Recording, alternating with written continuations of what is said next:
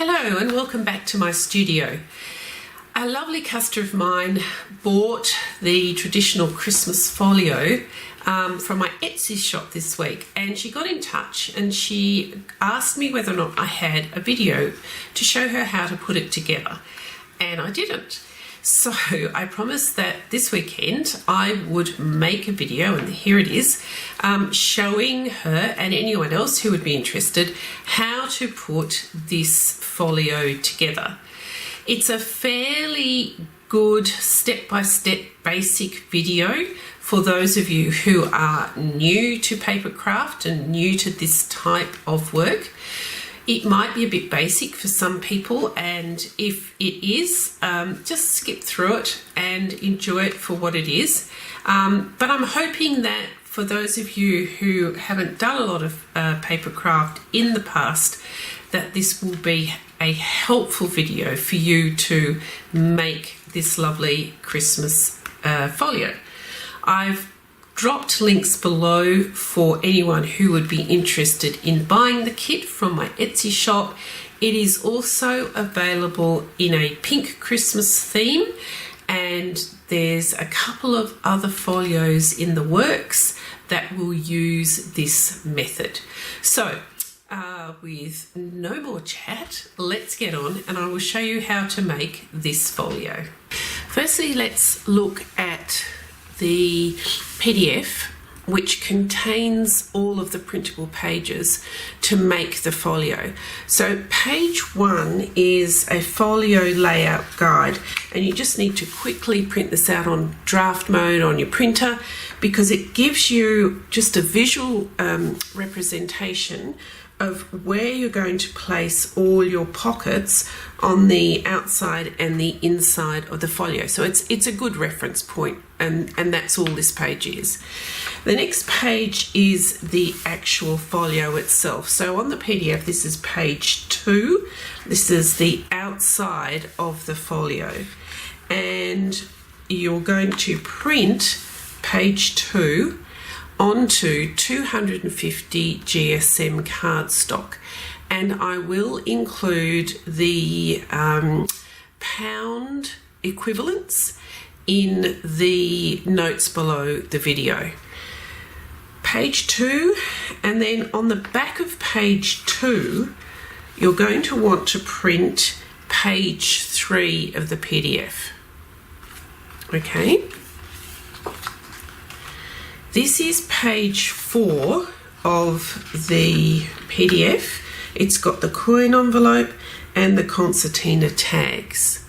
So you're going to want to print this page and all of the remaining pages onto 160 GSM paper, and again the pound equivalent will be down below in the notes. So page 4, and on the back of page 4 you are going to need to print page 5. The next page is page 6, and that is just single-sided. You don't need to print anything on the back of it. And the final page is page 7, and again that's a single-sided print. You don't need to print anything on the back of that page either. So once you've printed all of those pages out, come back and we will start to construct the folio. You'll need to keep this folio layout guide just somewhere handy, because I will refer to it as we go through the building of the folio. So the first piece we're going to create is the folio itself that we then add all the pockets to.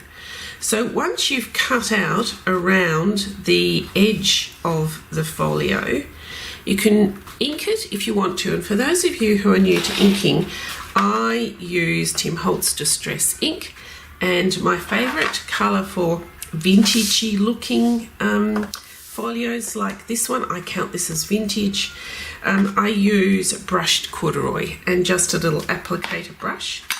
This is, I discovered inking when I first started learning about paper craft, mainly because I'm a pretty average fussy cutter. And when you've got curved edges that you have to cut around, I'm getting much better at it, just through practice really. But when I very first started, my fussy cutting wasn't very good, and I discovered that inking around an edge always made your cut edges look a bit cleaner, a bit smarter, because it took away that white card or sort of cardstocky look. So if you would like to, I'm just going to show you inking once here. Just flick your inking brush just around the edges, just to make your edge look a little bit smarter and a bit cleaner. And it also works to kind of, I don't know, pop the edges a little bit. Just makes it look a bit, I think it just makes it look a bit more vintage and a bit more lovely, really. So I'm just going to quickly ink around the edges so that you know what I mean when I say inking. Okay, so that's done. Now the next thing we need to do to prep the folio part of it is to fold along these two lines. So I've given you an indication of where the fold lines are with this sort of faux inking, which is part of the design. If you have a scoreboard, just place your folio on a score line, which is where you're going to score will be in the middle of where this shadow line is, to the best of your ability. And then use a bone folder or the scorer that comes with your scoreboard and score down that line. And do the same thing on this other shadow line here, making sure everything is straight. Okay, so that's inking and scoring. And then you've got that folio ready to go. You can fold on the score lines like that. So that's prepared. Now let's get on to looking at pockets. The next job is to cut out and prepare and then build the coin envelope and the pockets of the folio. So let me just show you with the coin envelope and the concertina tags, because there's a couple of tricks that you can then use to cut out and prepare the rest of the pockets. Cut out around the coin envelope, and then you've got a curve here, and that's the same curve on several of the other pockets. Now this curve can be cut out using a 2-inch circle punch if you have one.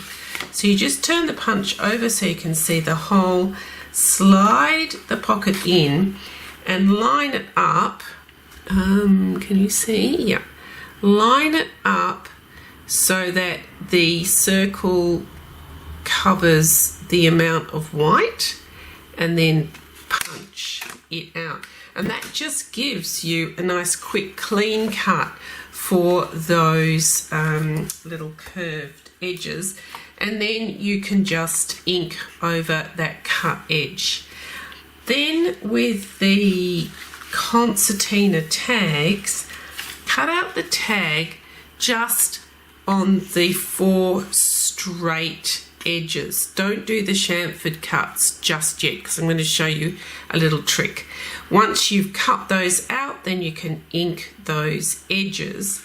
And then let me show you how to get nice clean chamfered edges on your concertinas.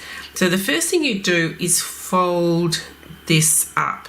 So the first fold is where the 2 points on these little triangles, so you use those 2 points as your guide for the fold. Once you've got that done, just press down and do the same for this next fold. Just use those 2 points of the triangles as a guide and fold, just use your fingers at this stage. And this is a concertina fold, so we just fold one under and then we fold back on itself, so we've got a concertina. And you can use a bone folder just to make sure those folds are nicely in place, nice and crisp. Then what you see now is that you've got these little triangles that we're going to cut out on the two top and the two bottom edges. Use scissors and just cut like that.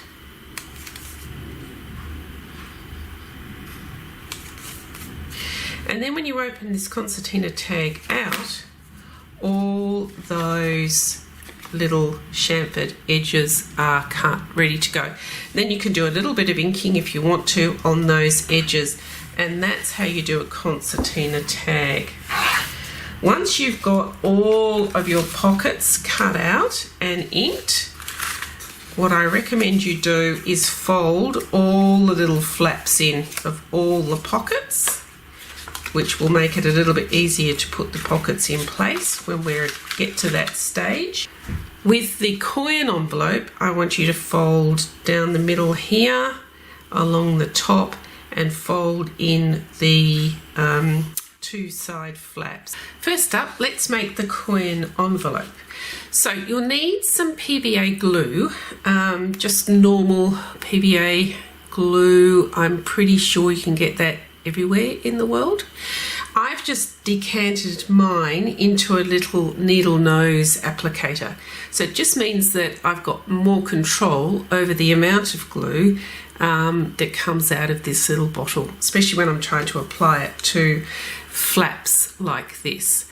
So the first thing we need to do is apply some glue to both of the side flap and the bottom flap of the coin envelope. Then we're going to turn everything over and just fold in each of those flaps. And it's just a matter of then just pressing the back of the envelope on top of the gluey flaps, like that. And once you're happy that everything is stuck together well, turn it over, and this top flap will just fold over. Then you can just pop your concertina tags inside of the envelope, like that. Now, if you want to, you can make a closure. You can put a little bit of a Velcro dot here so that that envelope stays closed. That's entirely up to you. So that's the coin envelope done.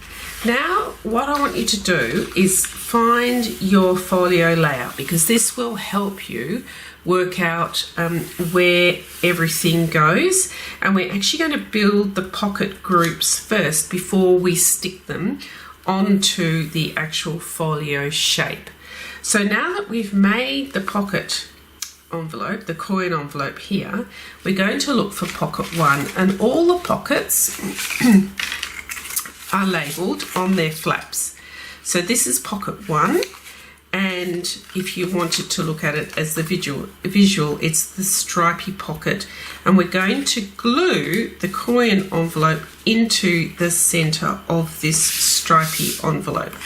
So pop your pocket 1 down flat onto your mat, do a bit of a dry run so that you can kind of work out where you want this placed.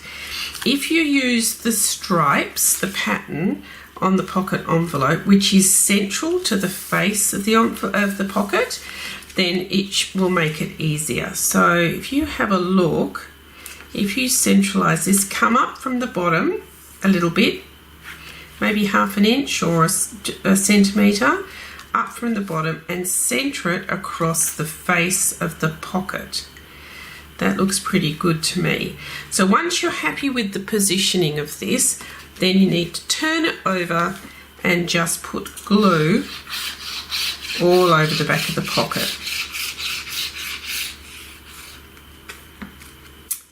Flip it over and then pop it into position.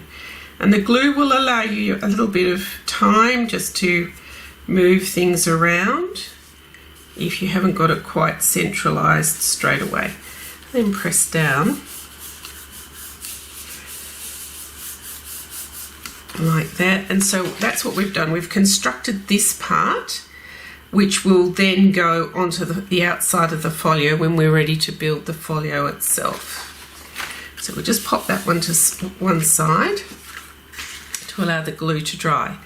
Now the next group that we're going to do, I think, is pocket 5 and 6. So this pocket 5 has got the Father Christmas on it, and it will also have pocket 5 on one of the flaps, and pocket 6, which has got the wreath on it, which is also got the words pocket 6 on the flaps. So what we will do is we'll put pocket 5 down flat on our mat, and then we'll have a look at pocket 6. We want to create a pocket, so we want to turn in or fold to the wrong side all 3 of the flaps for pocket 6, so that it sits on the bottom of the face of pocket 5 along this edge here, the fold line, and it sits centralized, which should mean it fits within the fold lines on both sides of pocket 5. Once you're happy with the positioning and you know what you're going to be doing, turn pocket 6 over, and then we're just going to put a little bit of glue on all of these flaps.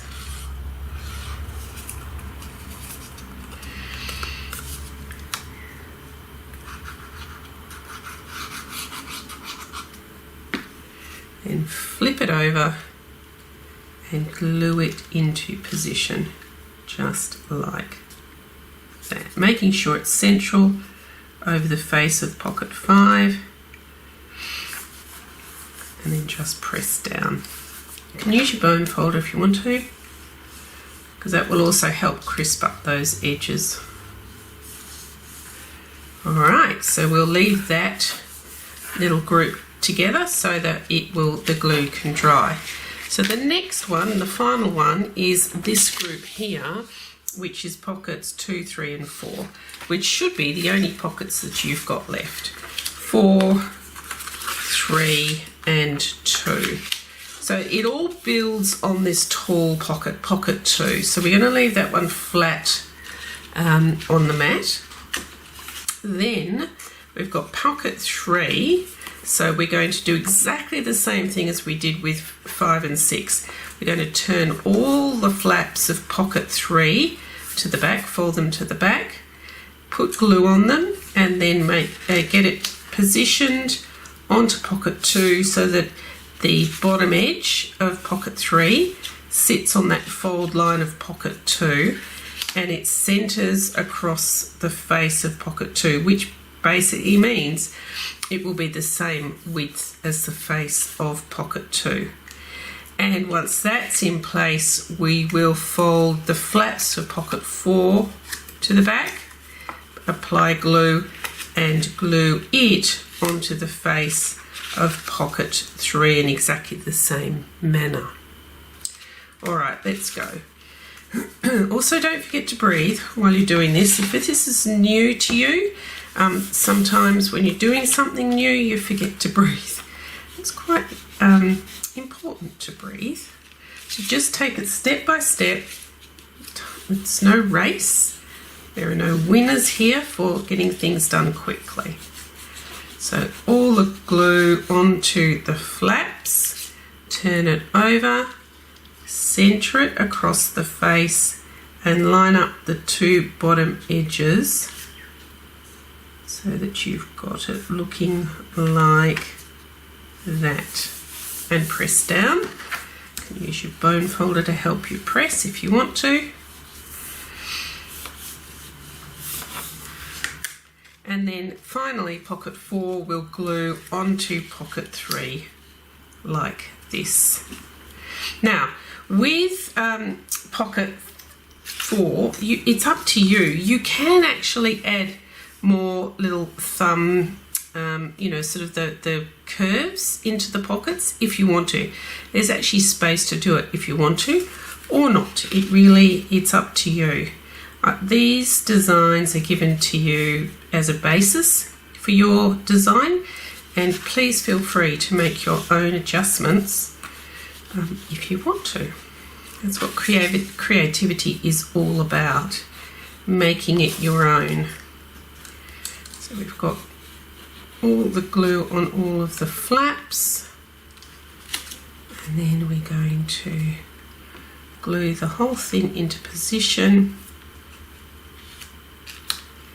making sure that the bottom edge matches the bottom edge of the pocket already in place, and the two side edges center across the previous pocket. You can use your bone folder just to help press everything into place. So that is your pocket clusters all positioned, ready to put onto the folio. So using the folio layout guide to guide us as to where we're going to position the pocket clusters, the first thing we're going to do is attach pocket 1 and the coin envelope. So according to this, it sits on the outside of the folio in that central panel. So the outside of the folio has all the decoration on it, and the central panel has got a poster with toys and dolls, fancy goods and novelties. So this is the panel we're going to glue the tall stripy pocket and the coin envelope into place. Now let's do a dry run so that you know how this fits. Just glue it into position so that it's not, we don't want this bottom edge to be right lined up with the bottom edge of the folio. We want to take it up just a tiny bit, just to take it off the edge, and then it's going to sit within the central within this panel.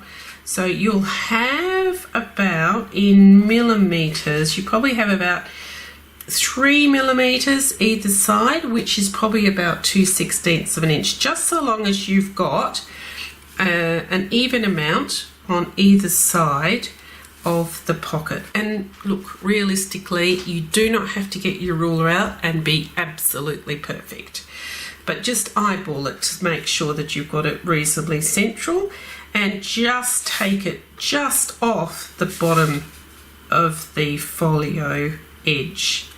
Once you know where you're going to put it, turn the pocket over, and at this stage I would employ your bone folder just to make the flaps of this pocket as nice and crisp as possible.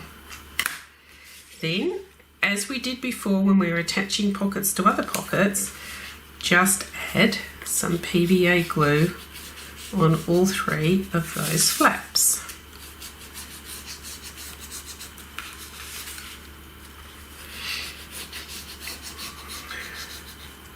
And once that is done, pick up your pocket and place it onto that central panel like that, and press it into position.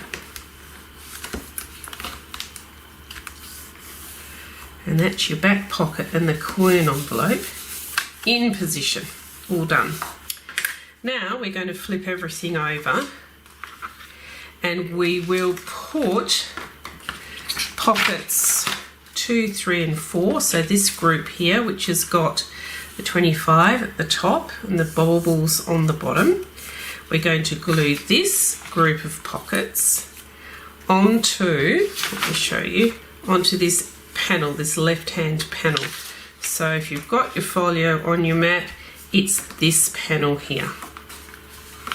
Alright, so fold up your flaps and let's have a little dry run. Again, it should fit just checking with your folio that you're not going to stick your pockets over the fold that you've created. So with this group of pockets, I would ensure that the group itself is almost but not quite glued to the edge, this left-hand side edge of the folio. Almost but not quite. You'll see a tiny little bit of white in the pattern on this left-hand side, and I would make sure that the bottom edge of the pocket group is just off this bottom edge. So just lifted it slightly so that you can see the tiniest amount of stripy pattern at the bottom edge of the folio. Let me see if I can show you the tiniest amount. Might be a bit hard to see. Tiniest bit of stripy pattern on the bottom. All right. Again, use your bone folder before we add glue to press down the flaps. And once you're happy and you know where you're going to put this group of pockets, add glue to the flaps.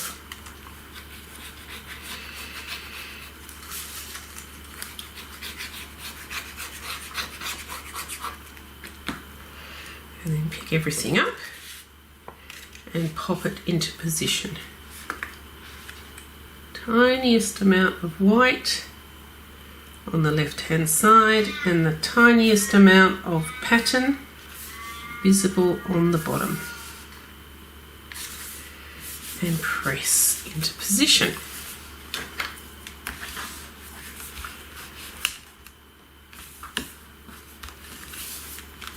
Alrighty. So that's that group of pockets all attached. So the final group of pockets is pockets 5 and 6, and we're going to again just do a little bit of a dry run, making so that we don't interfere with any folds of the folio, and we know where we're going to put this group. So this group of pockets, we're going to line up in the same way down the bottom. So you've got the tiniest amount of pattern showing, and it would be good if you can get it so that this bottom edge lines up with the bottom edge of the group of pockets next to it. The other thing we've got to do is make sure that everything still folds, all the folio folds work. So we want to make sure that this group of pockets sits within the panel that is the central panel of the folio. So pop it into position and just check that both your folds still work on the folio. Once you're happy with the positioning, turn it over and apply glue to the flaps. Doing a really good job of not applying glue to the flaps and applying it everywhere else but.